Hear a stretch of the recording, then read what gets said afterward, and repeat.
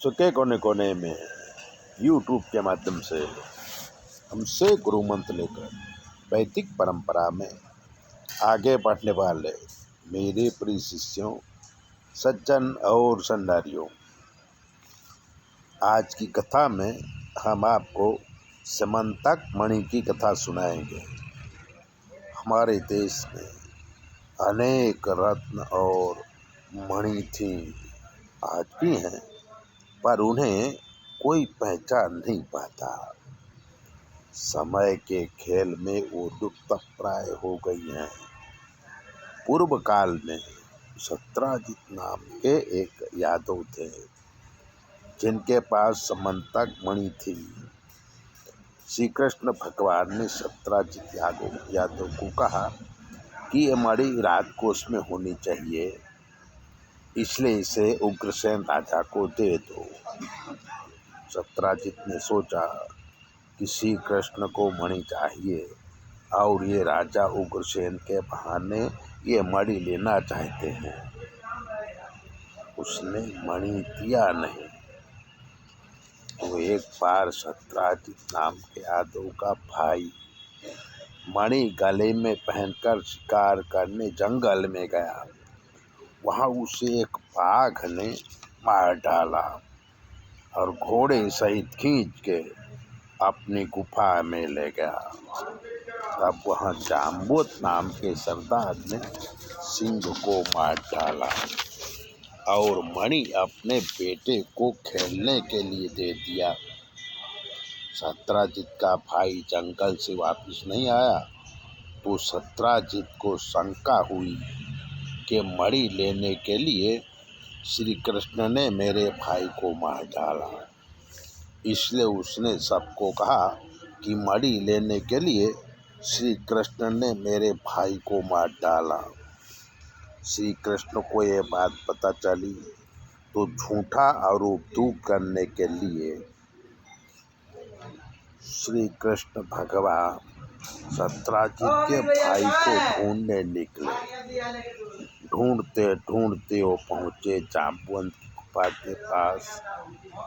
वहाँ पर एक बालक को मणि के साथ खेलते देखा। श्री कृष्ण ने वो मणि मांगी, पर बालक देने से इनकार कर दिया और अपनी गुफा में घुस गया। श्री कृष्ण भी गुफा में गए। वहाँ पर जाम्बुवंत नाम के सरदार से मणि की मणि मांगा, पर जाम्बुवंत ने मणि नहीं दिया। तब दोनों का युद्ध हुआ। श्री कृष्ण ने जाम्बुवंत को परास्त किया। जाम्बुवंत श्री कृष्ण की महिमा समझ गए और अपनी पुत्री जाम्बवती का ब्याह श्री कृष्ण से करके मणि भेंट में दे दिया। जाम्बवती और मणि को लेकर श्री कृष्ण वापिस आए और द्वारिका में जाम्बवती के साथ विधि विधान से ब्याह किया और सत्राजित को मणि सौंप दी।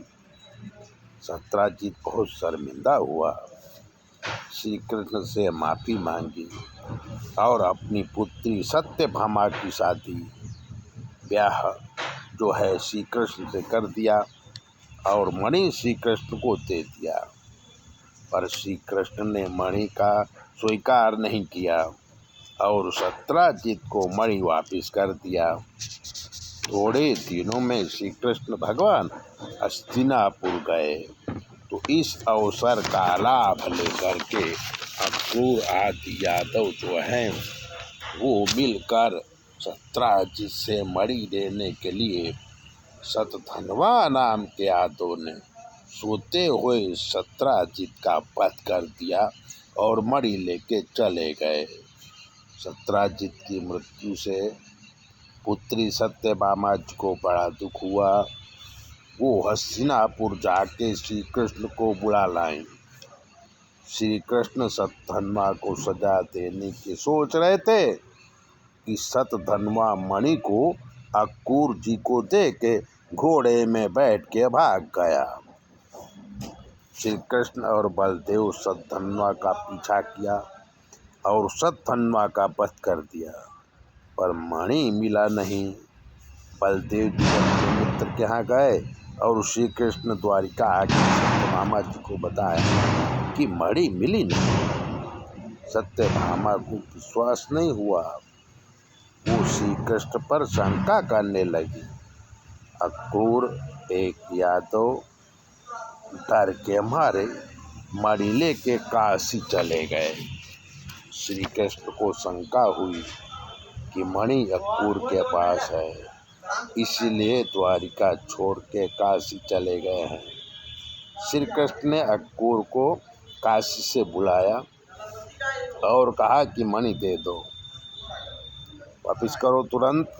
अक्रूर समझ गए और मणि वापिस कर दिया।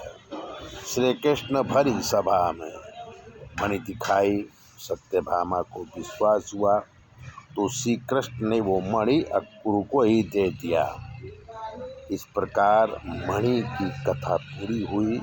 अभी भी मथुरा के आसपास कहीं न कहीं मणि है, वो विज्ञानी लोग ढूंढ रहे हैं। इस मणि के अंदर ऐसी शक्ति थी कि वो 1.25 तोला सोना प्रतिदिन देती थी। तो वो जो सोना है वो समंतक मणि, और जो लोहे को टच करके सोना बनता है वो पारस मणि। तो ऐसी ऐसी मणि हमारे देश में थी मित्रों, जो काल के प्रतीक हैं। तो आप ऐसी कथा सुनने के लिए चैनल को सब्सक्राइबर करिए, लाइक करिए। और अगर आप ज्योतिष दिखाना चाहते हैं तो 9825200108 पर फ़ोन करिए। आपकी सारी समस्याओं का हल हम करेंगे।